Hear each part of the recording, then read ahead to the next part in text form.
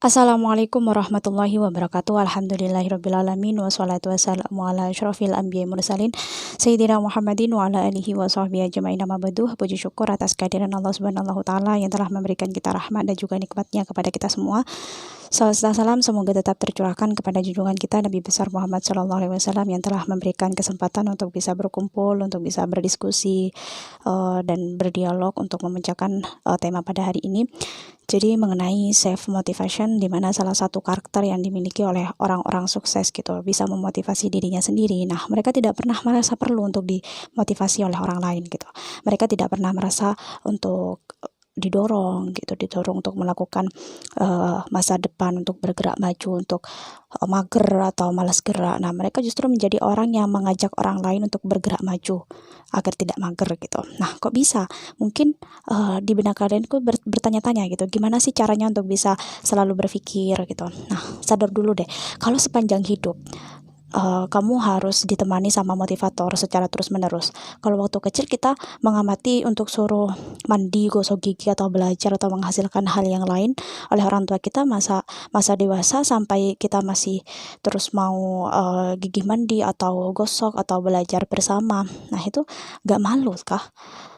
Jadi kamu harus punya tujuan yang jelas gitu. Apapun yang memotivasi, jangan dibuat bingung gitu. Coba sekarang kamu merem, terus kamu bayangin, kamu pasti pengen rumah kayak gimana, seberapa penting besarnya gitu, seberapa pengennya gitu. Nah, kalau kamu liburan, pengennya kemana? Apa ke Amerika, apa ke Eropa, atau ke Australia, atau seberapa sering dan seberapa lama kamu pengen bisa liburan sama keluarga di keseharian kamu. Nah, ketika ke kantor, apa yang kamu bayangin gitu, apa jabatan kamu di perusahaan, ke kantor kamu naik mobil apa. Nah, itu semua sebagian dari mimpi kamu. Ini semua bisa kamu jadikan sebagai motivasi kamu dalam hidup. Mau tahu apa motivasi tertinggi dalam hidup? Ya, tujuan hidup gitu. Ini lebih dari dalam daripada semua mimpi kamu yang kamu jabarin gitu di poin kedua, di mana life purpose. Nah, ini panggilan hidup gitu, panggilan hidup manusia yang ditentukan sama Tuhan. Ini misi kita di muka bumi. Saya tahu life purpose ini dalam hidup saya temukan ketika berumur 17 tahun. Nah, di mana menjadi semakin detail untuk lebih banyak untuk berbagi ke generasi muda Indonesia. Kalau lihat semua yang saya kerjakan saat ini, saya memimpikan beberapa perusahaan atau investasi di beberapa perusahaan gitu. Ya, semuanya punya benang merah gitu. Perusahaannya harus bisa membuat generasi muda Indonesia ini jadi lebih hebat. Nah, kalau bisa kita punya tujuan hidup, punya goal yang ingin kita capai, punya misi yang kuat, kita tidak akan pernah lagi perlu dimotivasi. Saya percaya motivasi yang sebenarnya itu ada pada diri kita gitu. Nah, setiap manusia pasti memiliki motivasi diri. Kamu gak perlu motivator. Jadi bukan motivator yang membuat kita itu semakin yakin, tapi diri kita gitu. Kalau apa yang kita lakukan atau apa yang kita katakan bisa memotivasi, itu menurut saya lebih tepatnya kamu itu terinspirasi dengan apa yang saya lakukan dan apa yang saya katakan. Tapi siapa yang memotivasi diri kamu untuk bergerak? Gitu. Jadi selanjutnya time management atau manajemen waktu. Ini suatu metode atau cara untuk memanfaatkan atau mengatur setiap bagian waktu dalam mengerjakan aktivitas yang sudah direncanakan dan harus diselesaikan dalam jangka waktu yang sudah ditetapkan gitu. Yang sudah ditetapkan dan sudah direncanakan, di mana manajemen ini suatu perencanaan atau mengorganisir atau menggerakkan dan pengawasan terhadap produktivitas waktu. Nah, waktu itu salah satu sumber daya yang harus dikelola dengan baik agar individu atau organisasi itu dapat mencapai tujuan secara efektif dan juga secara efisien. Jadi manajemen waktu yang baik itu salah satu faktor penting yang dapat menentukan kesuksesan sebuah bisnis. Nah, manajemen waktu yang berkaitan dengan bagaimana seseorang dapat mengatur dan juga menjadwalkan setiap kegiatannya. Nah, sehingga suatu pekerjaan itu dapat diselesaikan dengan baik dan juga dengan tepat waktu. Nah, hal seperti ini yang seringkali disepelekan. Padahal dengan menerapkan sistem manajemen waktu yang baik dalam berbisnis itu dapat meningkatkan peluang keberhasilan bisnis yang mungkin sedang dikembangkan gitu. Ini ada beberapa tips manajemen waktu untuk sukses dalam berbisnis atau membuat skala prioritas.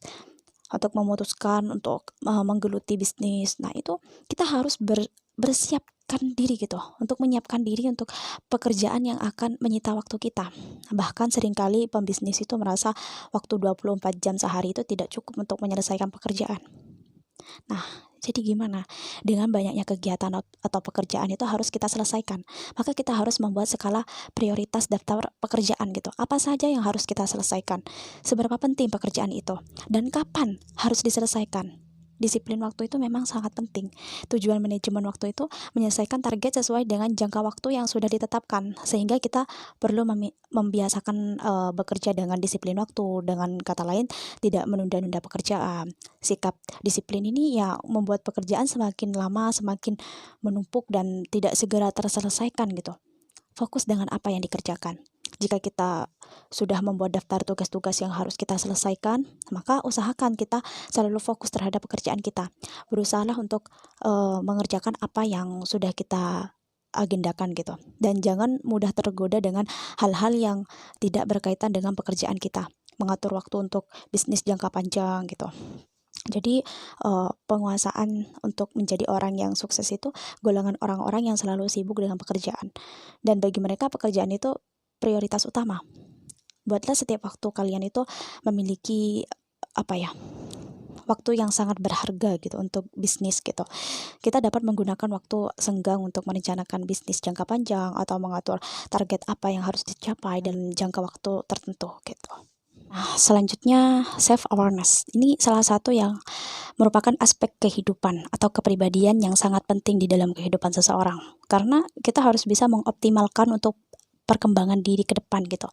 Self awareness ini akan menentukan sejauh mana seseorang dapat mengerti dan memahami keadaan, serta bagaimana seseorang itu dapat menerima segala apapun yang terjadi di dalam hidup. Nah, self awareness memiliki perspektif yang sangat jelas tentang kondisi kepribadian seseorang. Self awareness ini mengizinkan seseorang untuk dapat mengerti kondisi dan keadaan orang, bagaimana seseorang melihat dan juga memperlakukan orang lain, dan bagaimana respon timbal baliknya yang akan terjadi untuk setiap perlakuan-perlakuan itu gitu. Nah, ungkapan apa itu self awareness? Apa pentingnya self awareness-nya? Jadi sebuah kemampuan untuk dapat mengidentifikasi karakter atau perasaan maupun motif milik diri sendiri gitu secara lebih spesifik. Nah, hal-hal yang perlu kita perlu sadari gitu, cari tahu mengenai diri kita gitu, diri kita sendiri. Misalnya ada kekurangan diri atau kelebihan diri atau respon dalam menghadapi masalah atau hal-hal yang membuat kita itu bersemangat atau hal-hal yang membuat kita lelah, cara berkomunikasi dan cara mengatasi kritik gitu. Nah, masa depan itu terletak pada masa depan bangsa, di mana generasi penerusnya. Ini yang selalu menjadi bahan untuk berkembangnya masa depan. Dari pendidikan itu merupakan aspek yang dapat dilakukan untuk mempersiapkan karakter manusia yang kuat, mandiri, kreatif, bertanggung jawab, berilmu, sehat, atau berakhlak yang baik dan menumbuhkan akhlak yang baik. Nah, sekolah itu perlu bekerja sama dengan orang tua untuk membina anak gitu, dengan memberikan pembelajaran sikap yang mencakup latihan atau kesadaran diri atau self awareness ini. Kesadaran diri itu ya disebut self awareness ini, yang suatu modal dasar untuk konselor dalam menjalankan tugas. Ya, ini yang dimaksud dengan pemahaman diri gitu. Suatu kemampuan seseorang yang diperlukan sebelum memulai untuk mencoba memahami orang lain. Nah, lantas apa pentingnya self awareness ini gitu? Ya, jawabannya pasti unsur ini yang menentukan sejauh mana seseorang dapat mengerti dan juga memahami keadaan, serta bagaimana seseorang itu dapat menerima apapun yang terjadi di hidupnya. Nah, self awareness ini tidak hanya perlu dipahami oleh anak saja, tapi orang tua pun juga perlu mempelajari dan juga mempraktekkannya. Bayangkan saja, misalnya ada seseorang ibu yang sedang memaksa, lalu salah satu anaknya yang berumur 3 tahun justru sibuk bertanya-tanya bahan apa saja yang ia lihat yang dimasak oleh ibunya gitu. Bisa jadi karena sudah cukup kesal acara masaknya mengganggu, terus akhirnya si ibu ini memarahi anaknya gitu, agar berhenti mengganggu dengan banyak pertanyaan yang dianggap konyol gitu ya. Tapi setelah marah, tidak jarang kan orang tua itu merasa menyesal dan akhirnya baru sadar bahwa wajar saja anak ini menjadi pribadi yang aktif bertanya, karena itu memang masanya gitu. Apa yang terjadi dengan si anak gitu, banyak kemungkinan gitu. Bisa jadi si anak itu enggan memulai sebuah pertanyaan lagi karena merasa tidak dihiraukan oleh ibunya atau dikira tidak penting, akhirnya dirinya itu menjadi sosok yang pemalu gitu ya, seperti saya dulu. Nah, sebelum hal-hal yang tidak diinginkan itu terjadi dalam kehidupan kita, maka kita sebagai seorang tua harus perlu mengubah pola pikir, perlu mengubah mindset kita gitu.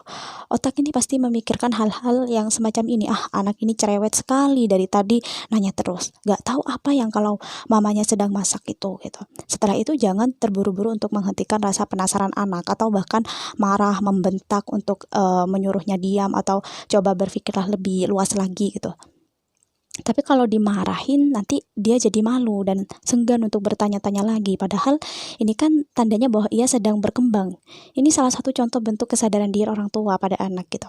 Self awareness ini langkah pertama dalam menciptakan apa yang diinginkan dan yang ditaklukkan gitu. Ketika seseorang fokus terhadap perhatiannya, emosinya atau reaksinya terhadap segala hal, kepribadian atau perilakunya itulah yang akan menentukan arah jalan hidup. Apa jadinya jika seseorang itu menyikapi sesuatu keadaan dengan sikap acuh? Maka kehidupan pun akan berlaku seperti itu padanya.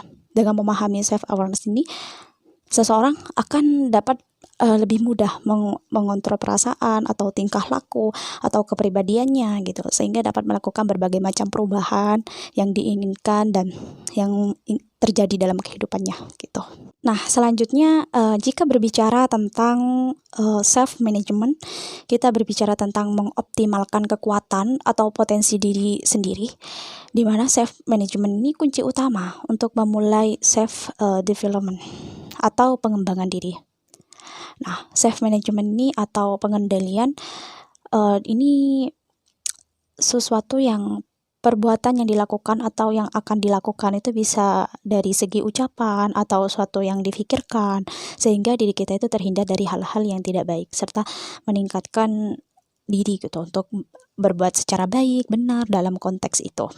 Nah, tujuan utama dalam pengendalian diri ini untuk memperoleh kebahagiaan, terutama kebahagiaan diri sendiri, keberhasilan dunia, serta individu itu dapat menempatkan diri dalam situasi dan kondisi tentunya. Yang akan dilakukan juga mencegah timbulnya suatu tindakan yang dapat menyebabkan masalah yang tidak dikehendaki dalam arti itu individu yang dapat mengolah pikiran, ucapan, perasaan, juga perbuatan gitu. Dilihat dari sudut pandang religi atau tujuan pengendalian diri atau menahan diri dari menahan diri dari arti luas gitu. Yang menahan diri ini nafsu duniawi gitu, yang berlebihan atau tidak terkendali. Jadi nafsu batin yang kayak membelenggu gitu. Sebenarnya self management itu bisa diajarkan sedini mungkin gitu, sejak kita masih kecil dan dilakukan secara konsisten. Seperti contohnya merapikan mainan di rumah yang berserakan gitu, berantakan gitu ya. Seiring kita tumbuh berkembang, tanggung jawab dan tuntunan yang kita dapat juga akan terus berkembang melalui pembiasaan gitu. Dengan sendirinya kita akan meninjau self reflection gitu. Betapa kita sadar yang kita lakukan itu sudah cukup atau belum gitu. Ya perlu banyak dilakukan kesadaran diri dan mengoreksi diri gitu untuk meninjau kembali apakah yang kita lakukan itu sudah benar atau belum gitu. Setelah kita bisa mengatur self management, ya tentu kita akan lebih mudah untuk mencapai self development atau pengembangan diri. Ini beberapa orang memiliki passion untuk mengembangkan diri mereka gitu. Ya tidak salah sih, karena pada dasarnya passion itu segala hal yang kita korbankan untuk mencapai suatu tujuan dan kita dengan senang hati melakukannya. Tapi bakat atau talenta itu bisa kita jadikan sebagai tombak untuk mengembangkan diri kita gitu. Mungkin itu sih menurut saya. Terima kasih atas waktunya. Mohon maaf jika ada salah kata atau kekurangan karena saya masih proses belajar, dan terima kasih atas undangannya. Semoga bermanfaat untuk hari ini dan kita bisa mengambil ilmu ini dengan bisa mengimplementasikan dalam lingkungan, dalam diri kita gitu ya, untuk berinteraksi dalam lingkungan. Mungkin hanya itu. Wassalamualaikum warahmatullahi wabarakatuh. Jika ada pertanyaan bisa japri ke nomor saya. Nomor WA saya 083853461168, atau bisa tanya-tanya di grup komunitasnya, bisa melalui saya langsung juga bisa saya jawab. Jadi sekian, terima kasih. Wassalamualaikum warahmatullahi wabarakatuh.